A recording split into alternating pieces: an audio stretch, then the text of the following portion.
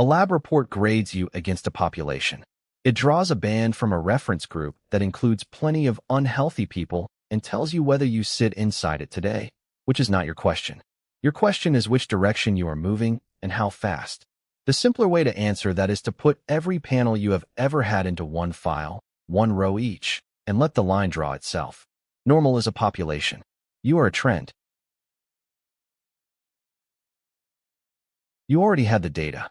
It arrived one PDF at a time, from 2 different laboratories, over 7 years, and everyone told you about that morning only. They had never once been in the same place. So meet the sample file that ships inside. Marcus Ilesanmi is shipped sample data, not a customer. 11 panels, March 2019 to June 2026, 7.3 years, 23 markers, 227 results, on one screen. Chapter 1. Every marker with 3 or more results gets a line. First value, latest value, absolute, and percent change. 22 markers qualify. Then the column that makes it honest, the noise band. You type in the coefficient of variation your own laboratory publishes for that assay, and the file works out how far a result could move on measurement alone. 9 of the 22 moved further than that. LDLC fell 6 points and stayed inside its band. ApoB fell 20 and did not. And here is the line the portal never drew. Ferritin, 11 results across 7 years, 142 down to 56. Minus 86. Minus 60.6%. The laboratory publishes a 4.8% coefficient of variation for that assay, so the noise band around the latest value is 7.446. This move is 11.5 times that band. No single one of those results would have looked like anything. The shape of them does. Chapter 2. 1 row per blood draw, and 2 columns no laboratory portal keeps. Hours fasted, and hours since your last hard training session. Both recorded on all 11 draws here. 3 of the 11 come back flagged as confounded, and kept out of the read rather than quietly averaged in. 8 are clean. The shortest rest on file is 10 hours, on the 15th of October 2024. Ferritin rises after hard exercise, and the sports medicine guidance is to collect iron studies rested at least 24 hours after training. That October draw came in at 10. Ferritin read 48, then 42 on the next clean draw. Read the conditions before you read the value.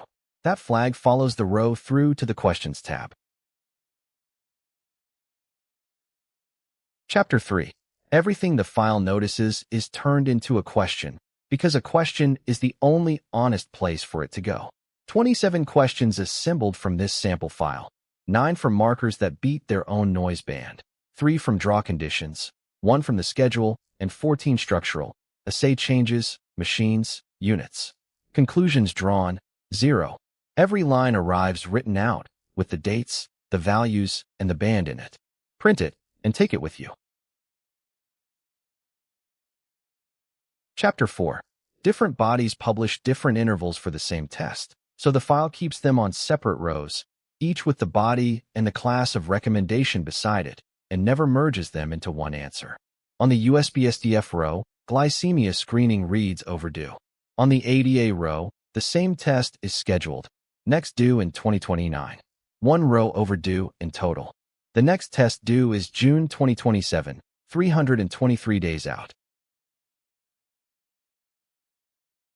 Chapter 5. 3 things this category gets wrong, and 3 refusals. Lipoprotein a is genetically set and measured once in a lifetime.